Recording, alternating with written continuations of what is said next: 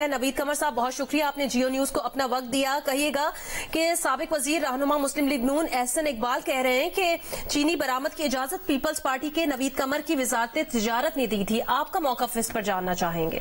नहीं, पहली चीज तो ये कि इजाजत जो है वो ईसीसी में इस पे डिस्कशन होता है और काबीना उसको इंडोर्स करती है, तो कोई एक वजारत नहीं ये फैसला करती।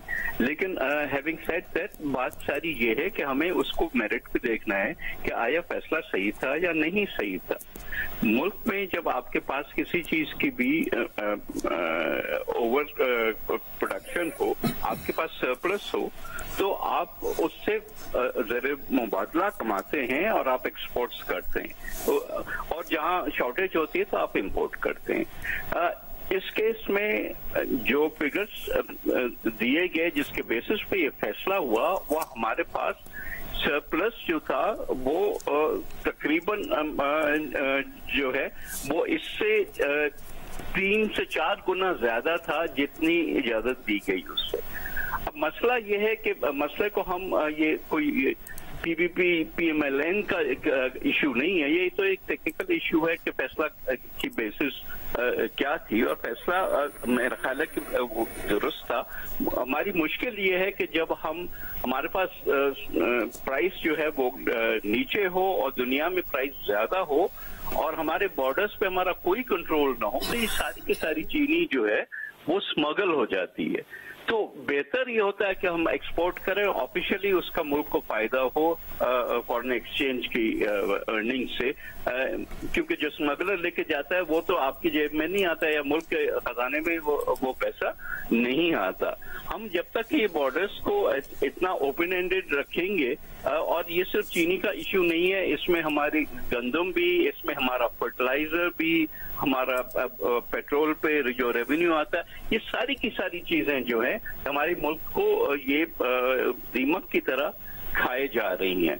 तो प्रोडक्शन आपके पास ज्यादा हो, आपको जरूर एक्सपोर्ट करना चाहिए, और प्रोडक्शन कम हो। प्राइसिंग का अगर जहां तक इश्यू है, आज जो है मेरे पास तो अभी भी जो फिगर्स हैं वो ये बता रहे हैं कि हमें नवंबर तक हमारे पास स्टॉक्स हैं मुल्क में।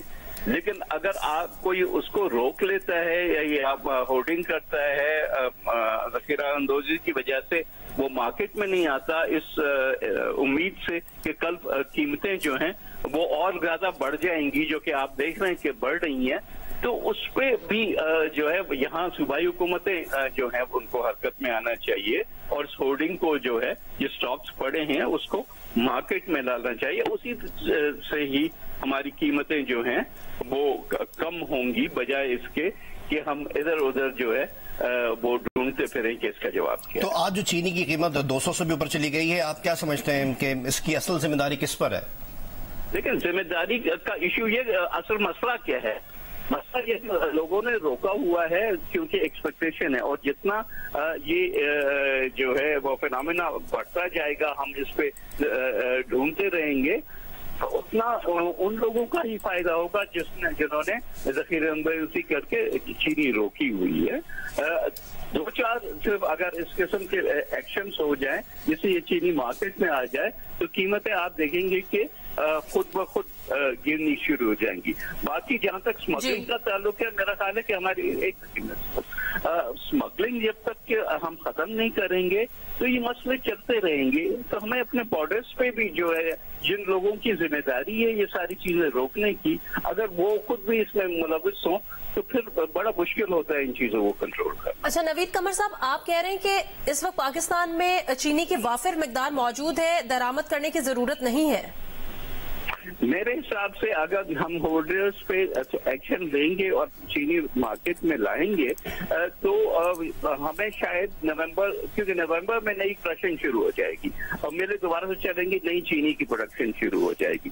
तो नवंबर तक ही हमने जो पीरियड है, ये 1.5-2 महीने का जो पीरियड है, वो निकालना है। और उसके लिए जो है वो मुल्क के अंदर जो स्टॉक्स हैं उनको इस्तेमाल किया जाए बजाय इसके कि इम्पोर्ट किए जाए इस स्टेज। अच्छा, आपने दो पॉइंट्स बताए, एक जखीरा अंदोजी और स्मगलिंग। जखीरा अंदोजी चले, हम अभी कह रहे हैं कि केयर टेकर गवर्नमेंट को इसके खिलाफ एक्शन करना चाहिए, सूबों को भी एक्शन लेना चाहिए, लेकिन जब आप लोगों की हुकूमत थी उस वक्त अगर स्मगलिंग हो भी रही थी तो उसको रोका क्यों नहीं गया?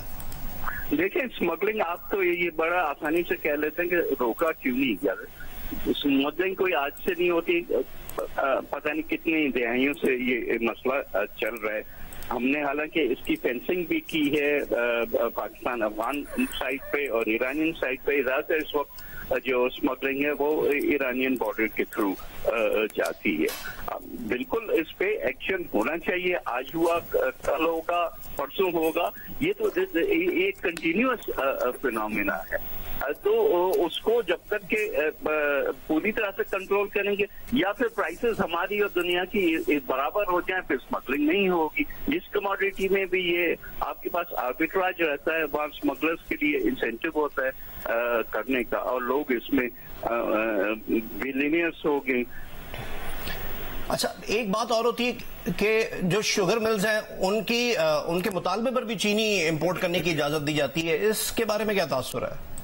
देखिए, वो ये नहीं कहते कि चीनी इंपोर्ट करो, वो कहते हैं कि हमारे पास क्योंकि एक लिमिटेड सीजन होता है शुगर प्रोडक्शन का, जो कि नवंबर से लेके फरवरी या मार्च तक चलता है। बाकी जो साल के बाकी महीने हैं उसमें शुगर मिल्स बंद होती हैं।